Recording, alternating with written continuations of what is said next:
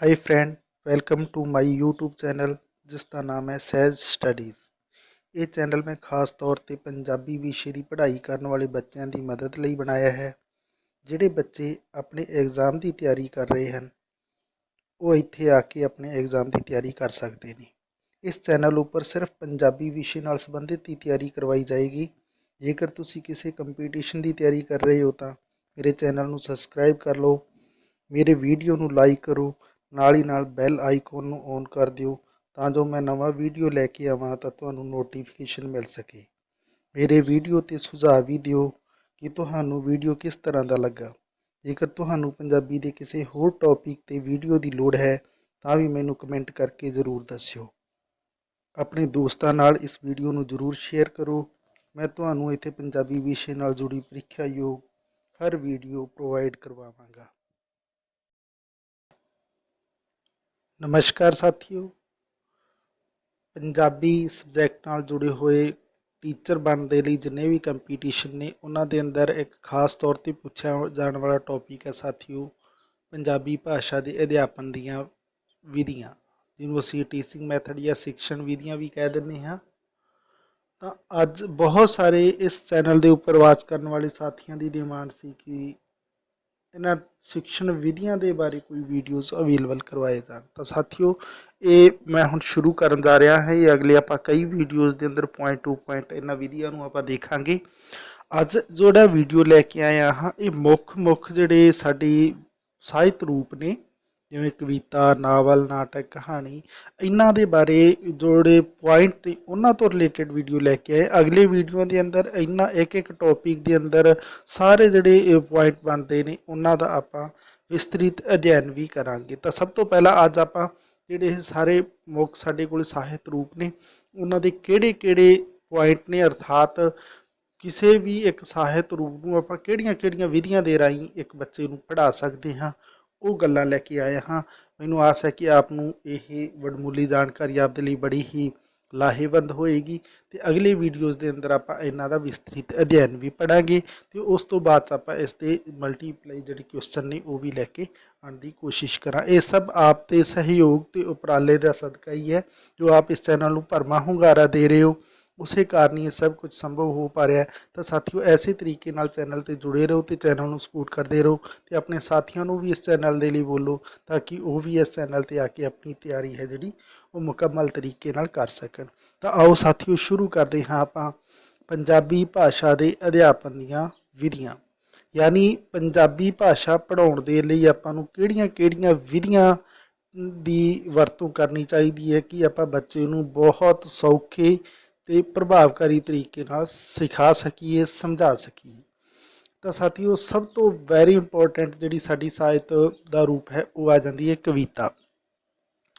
पंजाबी कविता का जिहड़ा इतिहास, निकास, विकास असीं पढ़ते रहने हाँ। इस तो दूसरे रिलेटिड वीडियो ने उन्हां दे अंदर आपां देख चुके हाँ। तो कविता दे चाहे वो मध्यकाल की कविता है, चाहे नानक काल की कविता है, चाहे पूर्व नानक काल की है या फिर आधुनिक दौर की कविता है, उस कविता नूं किस ढंग दे नाल पढ़ाया जाए, किस सतर के बच्चे नूं, किहड़ी उम्र के बच्चे नूं किस तरीके नाल पढ़ाया जाए ये इसके अंदर दस्सिया गया।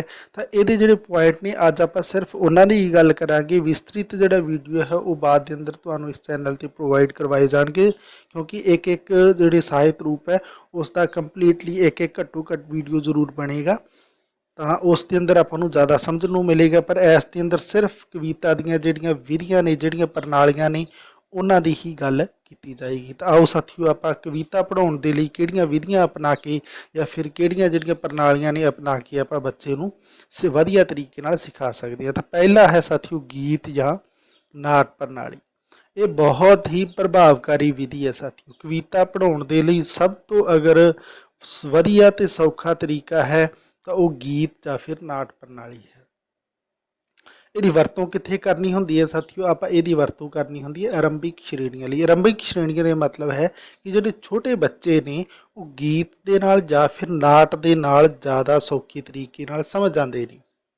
मैं इत्थे एक अपनी तरफों गल कहनी चाहांगा कि असी इस जिहड़ी कविता है इसका असी रूप ही बदल के रख दिता है। आधुनिक दौर के अंदर अज के अगर प्रसंग के अंदर गल करिए, बहुत सारे मेरे साथी शिक्षक ने, जोड़े गुरुजन ने, वो अक्सर जी कविता है ਉਹਦੇ अंदर ਜਿਹੜਾ गीत है उसनों खत्म कर देंगे ने, ਜਦੋਂ कि ਉਹਦਾ अर्थ दसन बैठ जाते हैं।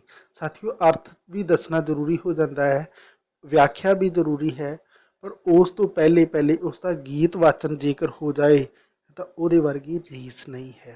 तो वो गीत ही बच्चे के मन को छोएगा, तो जो बच्चे के मन को गीत छोएगा तो बच्चा बहुत ਵਧੀਆ तरीके नाल, सौखे तरीके नाल ते गल्लां गल्लां च हसदा होया उस चीज़ को एक्सैप्ट कर लेगा। तो आपां छोटियां जमातां दे अंदर साथियों गीत ते नाट प्रणाली दे नाल आपां कविता पढ़ाउणी हुंदी है। ये टीचर बनने दे लई जिन्ने भी साथी कंपीटीशन की तैयारी कर रहे हैं उन्हां दे लई है। फिर कविता पढ़ाउण दी जिहड़ी दूसरी विधि है अपने कोल, वो आ जाती है शब्दार्थ विधि। शब्दार्थ विधि इस तो पता ही चलता है, यानी शब्दां दे अर्थ वाली विधि ਵਧੇਰੇ ਪ੍ਰਚਲਿਤ ਪ੍ਰਣਾਲੀ ਆ। ਇਹ ਆਪਾਂ ਗੱਲ ਕਰ ਚੁੱਕੇ ਹਾਂ। ਇਹ ਸਭ ਤੋਂ ਜ਼ਿਆਦਾ ਕੰਮ 'ਚ ਲਈ ਜਾਂਦੀ ਇਹ ਵਿਧੀ ਹੈ। ਇਸ ਵਿੱਚ ਕਵਿਤਾ ਦੇ ਔਖੇ ਸ਼ਬਦਾਂ ਦੇ ਅਰਥ ਦੱਸੇ ਜਾਂਦੇ ਨੇ। ਹੁਣ ਇਹਦੇ ਅੰਦਰ ਹੁੰਦਾ ਕੀ ਹੈ, ਜਿਹੜੀ ਕਵਿਤਾ ਪੋਇਮ ਹੈ ਆਪਣੇ ਕੋਲ ਕਵਿਤਾ ਹੈ, ਉਹਦੇ ਅੰਦਰ ਜਿਹੜੇ ਔਖੇ ਸ਼ਬਦ ਆ ਜਾਂਦੇ ਨੇ, ਪਹਿਲਾਂ ਆਪਾਂ ਉਹ ਸਾਰੇ ਸਮਝਾ ਦਿੰਦੇ ਹਾਂ, ਫਿਰ ਉਹ ਕਵਿਤਾ ਦੀ ਸਮੁੱਚੀ ਗੱਲ ਕਰ ਲਈ ਜਾਂਦੀ ਹੈ। ਤਾਂ ਇਹ ਸਾਡੇ ਕੋਲ ਕਵਿਤਾ ਪੜ੍ਹਾਉਣ ਦੀ ਦੂਸਰੀ ਵਿਧੀ ਹੈ ਸਾਥੀਓ। फिर इस तो बाद ਜਿਹੜੇ ਆਪਣੇ ਕੋਲੇ ਆ ਜਾਂਦੀ ਹੈ, ਉਹ ਆ ਜਾਂਦੀ ਹੈ ਪ੍ਰਸ਼ਨ ਉੱਤਰ ਪ੍ਰਣਾਲੀ ਜਾਂ ਫਿਰ ਪ੍ਰਸ਼ਨ ਉੱਤਰ ਵਿਧੀ। ਕਵਿਤਾ ਪੜ੍ਹਾਉਣ ਦੀ ਤੀਸਰੀ ਵਿਧੀ ਹੈ ਪ੍ਰਸ਼ਨ ਉੱਤਰ ਵਿਧੀ। ਇਸ ਵਿੱਚ ਕਵਿਤਾ ਦੇ ਸਾਰੇ ਪੱਖਾਂ ਬਾਰੇ ਪ੍ਰਸ਼ਨ ਉੱਤਰ ਪੁੱਛੇ ਦੱਸੇ ਜਾਂਦੇ ਨੇ। ਅਸਲ ਵਿੱਚ ਇਹ ਵਾਰਤਕ ਪੜ੍ਹਾਉਣ ਦੀ ਵਿਧੀ ਹੈ। साथियों, मैं इस वीडियो के अंदर शुरू के अंदर ही गल कर चुका कि आप विस्तृत अध्ययन अगले वीडियो के अंदर करांगे। जेकर आप इत्थे हुण ज़्यादा गल करन लगे तो यह बहुत ही लंबा वीडियो हो जाएगा, क्योंकि सब तो पहले सानू टॉपिक का पता होना चाहिए। तो प्रश्न उत्तर प्रणाली भी एक जिहड़ी वरती जाती है वो कविता के लिए ही भी वरती जाती है, पर असल च इहदा काम वारतक पढ़ाउण दे लई है। फिर चौथी जिहड़ी साडे कोल कविता पढ़ाउण दी विधि आ जाती है, वो आ जाती है व्याख्या विधि। इस विधि ये विधि मिडल ਅਤੇ ਉੱਚ श्रेणियां ਲਈ ਵਰਤੀ ਜਾਂਦੀ ਹੈ। मिडल ਕਲਾਸਾਂ ਦੇ ਲਈ ਜਾਂ ਫਿਰ ਉੱਚੀਆਂ ਜਮਾਤਾਂ ਹੈ ਉਹਨਾਂ ਦੇ ਲਈ ਇਸ ਵਿਧੀ ਦੀ ਵਰਤੋਂ ਕੀਤੀ ਜਾਂਦੀ ਹੈ। ਇਸ ਵਿਧੀ ਦੇ ਤਿੰਨ ਭਾਗ ਨੇ। ਇਸ ਨੂੰ ਵੀ ਅੱਗੇ ਤਿੰਨ ਹਿੱਸਿਆਂ 'ਚ ਵੰਡਿਆ ਜਾਂਦਾ। ਇੱਕ ਹੈ ਵਿਆਸ ਵਿਧੀ, दूसरी है तुलना विधि ਤੇ तीसरी है समीक्षा विधि। तो इस तरीके ਨਾਲ साथियों ਆਪਾਂ है गीत नाट प्रणाली, शब्दार्थ प्रणाली, प्रश्न उत्तर प्रणाली ਤੇ व्याख्या विधि ਦੇ ਰਾਹੀਂ ਆਪਾਂ ਬੱਚਿਆਂ ਨੂੰ कविता पढ़ा सकते हैं। ਇਹਦਾ विस्तृत वीडियो आपको इस वीडियो तो बाद कंटिन्यू मिलते रहने। फिर इस तो बाद जोड़ा अपने को टॉपिक आ जाता है, वो आ जाता है नाटक, यानी नाटक या फिर एकांगी किवें पढ़ाई जाए। तो साथियों, नाटक पढ़ाउण दी जिहड़ियां विधि है वो है व्याख्या विधि, यानी नाटक और एकांगी के सारे पक्षों की व्याख्या की जाती है। ये उच्च श्रेणियां लई उपयोगी है, यानी नाटक है जिहड़ा ਜਾਂ फिर एकांगी है, यानी इन्हां दोनों नूं बहुत हद तक एक जैसियां विधियां दे नाल ही असीं पढ़ा सकते हाँ। तो व्याख्या विधि के राही नाटक ते एकांगी दोनों पढ़ाइयां जा सकदियां ने। इहदे अंदर सारे जिहड़े उसते पात्र आ जाते हैं, तत्त आ जाते हैं, उन्हां दी व्याख्या की जाती है। यह असल के अंदर जिहड़ियां उच्चियां जमातां ने उन्हां दे लई लाहेवंद विधि है। दूजी आ जाती है साथियों अर्थ कथन विधि। तो इस दे अंदर साथियों अर्थ कथन विधि के अंदर इस विच गद वांग वाचन किया जाता है। गद वांग जिवें वारतक के अंदर आप पढ़ते हैं ना, उस तरीके दे नाल ही इसनूं पढ़ दिता जाता है। ज़्यादातर स्कूली लेवल ते इस विधि की वरतों की जाती है। औखे शब्दों के अर्थ भी दस दिते जाते हैं। इस विच विद्यार्थी चुप करके बैठे रहते हैं, इसलिए ये अणमनोविग्यानिक विधि है। अणमनोविग्यानिक इसलिए है साथियों क्योंकि ये अंदर स्टूडेंट का कोई रोल नहीं होंदा। स्टूडेंट सिर्फ बैठ के उसनूं सुनता रहता है, जदों कि टीचर उसके बारे दसदा रहता है। फिर अपने को जिहड़ा तीसरा आ जाता है पॉइंट नाटक ते एकांगी पढ़ाउण दा विधि आ जाती है, वह है आदर्श पाठ विधि। इस विच अध्यापक आप ही नाटक एकांगी ते सारे पक्षों का वाचन ते अभिनय करता है। ये अध्यापक केंद्रित विधि है। अध्यापक केंद्रित इसलिए किया गया साथियों क्योंकि ये सारे जिहड़े रोल प्ले करता है वो एक टीचर करता है। तो इस दे अंदर एक चीज़ बहुत अच्छी मैनू लगी, वो ये है कि टीचर अभिनय भी करता है। यानी वो खुद वो नाटक ते एकांगी दे पात्र ने जिहड़े उन्हां दे जिहड़ी भूमिका निभा के उसनूं एक्टिंग दे द्वारा दस्सण दी कोशिश करदा है। जेकर इस तरीके नाल आपां नाटक ते एकांगी नूं पढ़ावांगे ਤਾਂ ਬਹੁਤ ਸੌਖੇ ਤਰੀਕੇ ਦੇ ਨਾਲ ਬੱਚਿਆਂ 'ਚ ਸਮਝ ਵੀ ਆਏਗੀ ਅਤੇ ਉਹਨਾਂ ਦੇ ਅੰਦਰ ਇੱਕ ਨਵੀਂ ਹੁਨਰ ਇੱਕ ਕਲਾ ਹੈ ਜਿਹੜੀ ਉਹ ਵੀ ਪੈਦਾ ਹੋਏਗੀ। ਫਿਰ ਆਪਣੇ ਕੋਲ ਚੌਥੀ ਜਿਹੜੀ ਨਾਟਕ ਇਕਾਂਗੀ ਪੜ੍ਹਾਉਣ ਦੀ ਜਿਹੜੀ ਵਿਧੀ ਆ ਜਾਂਦੀ ਹੈ ਉਹ ਆ ਜਾਂਦੀ ਅਭਿਨੈ ਪ੍ਰਣਾਲੀ, ਜਿਹਨੂੰ ਆਪਾਂ ਐਕਟਿੰਗ ਵਿਧੀ ਵੀ ਕਹਿ ਸਕਦੇ ਹਾਂ। ਇਹ ਨਾਟਕ ਜਾਂ ਇਕਾਂਗੀ ਪੜ੍ਹਾਉਣ ਦੀ ਵਧੀਆ ਵਿਧੀ ਹੈ। ਦਰਅਸਲ ਨਾਟਕ ਤੇ ਇਕਾਂਗੀ ਪੜ੍ਹਾਉਣ ਦੀ ਸਭ ਤੋਂ ਵਧੀਆ ਵਿਧੀ ਕਿਹੜੀ ਹੈ? ਉਹ ਅਭਿਨੈ ਵਿਧੀ ਹੀ ਹੈ। यानी अभिनय जिसनों आप कह दिंदे हाँ, एक्टिंग जिसनों कह दिंदे हाँ, ये दो प्रकार के अंदर है। एक तो है रंगमंच उत्ते अभिनय तो दूसरा है श्रेणी विच। यानी एक तो आप स्टेज के उपर बच्चे एक्टिंग करके उस नाटक नूं एकांगी नूं निभाउंदे है। दूजा साडे कोल स्टेज नहीं है, साडे कोल स्टेज के सारे जिहड़े वो संसाधन वो नहीं है, पर असीं उसनूं एक जमात के अंदर ही क्लास के अंदर ही उसनूं प्ले कर लिया है, तो उन्होंने आप श्रेणी अभिनय कहांगे। ये दोनों ही प्रणालियां खास तौर पर चंगियां प्रणालियां ने, चंगियां विधियां ने एक नाटक ते एकांगी दे लई। तां चौथी जिहड़ी पंजवीं अपने कोले साथियों नाटक एकांगी तो रिलेटेड जिहड़ी विधि आ जाती है वो आ जाती है संयुक्त विधि। संयुक्त विधि के शब्द तो ही पता चल रहा है कि ये अंदर सारियां दा रला मिक्स है, क्योंकि देखो क्लास के अंदर रंगमंच है जिहड़ा वो संभव नहीं है। ठीक है, रंगमंच की गल करिए तो साल के अंदर असी एक दो ही फिर नाटक प्ले कर पावांगे, उस सिलेबस के अकॉर्डिंग सारे नहीं कर पावांगे। सारिया विधियां दे जिथे गुण है उत्थे कुछ एक दोष भी है। हर एक शिक्षण विधि की टीचिंग मैथड का जिथे गुण है उत्थे उसका दोष भी है। तो इस दे लई ही आपां जिहड़े अगले वीडियो ने उन्हां दे अंदर इन्हां दे बारे गल करांगे। तो जिहड़ी सारे ये नाटक एकांगी पढ़ाउण दी एक संयुक्त प्रणाली के तौर पर जिहड़ी ये विधि जानी जाती है, ये वधेरे कारगर है कि यह दिमाग के अंदर संभव भी हो जाती है। ये अंदर हुंदा की है साथियों, इस विच पहलां आदर्श पाठ विधि की वरतों की जाती है। उस तो बाद की किया जाता है, बच्चों को श्रेणी में ही अभिनय लई प्रेरित किया जाता है। पहला तो उसका पठन हो गया साथियों, एक आदर्श पाठ कर लिया जाता है उस एकांगी का नाटक का, तो बाद के अंदर उसनूं जमात के अंदर ही जिहड़ा उस नाटक नूं खेडिया जाता है, एकांगी नूं खेडिया जाता है। तो ये सन साथियों नाटक ते एकांगी पढ़ाउण दीयां विधियां। हुण आपां निबंध पढ़ाउण दी जिहड़ी विधि है हुण आपां उसकी भी गल करांगे। पहली है अर्थबोध विधि। ये अध्यापक केंद्रित ते परंपरागत विधि है, यानी ये उपर टीचर ही इसनूं प्ले करता है, यानी टीचर केंद्रित कह सकते हैं। तो परंपरा के तौर पर लगातार साडे तक पहुँची है। दूजी है प्रश्नोत्तर विधि। इस विधि का सब तो पहला प्रयोग प्राचीन फिलासफर सुकरात ने किया सी। इस विच सहायक समग्री भी वरती जाती है। साथियों अगले वीडियोज़ के अंदर आप विस्तृत अध्ययन करांगे।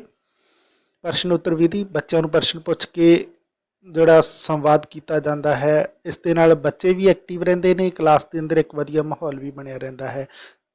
फिर तीसरी जिहड़ी विधि आ जाती है निबंध की, वो आ जाती है व्याख्या विधि।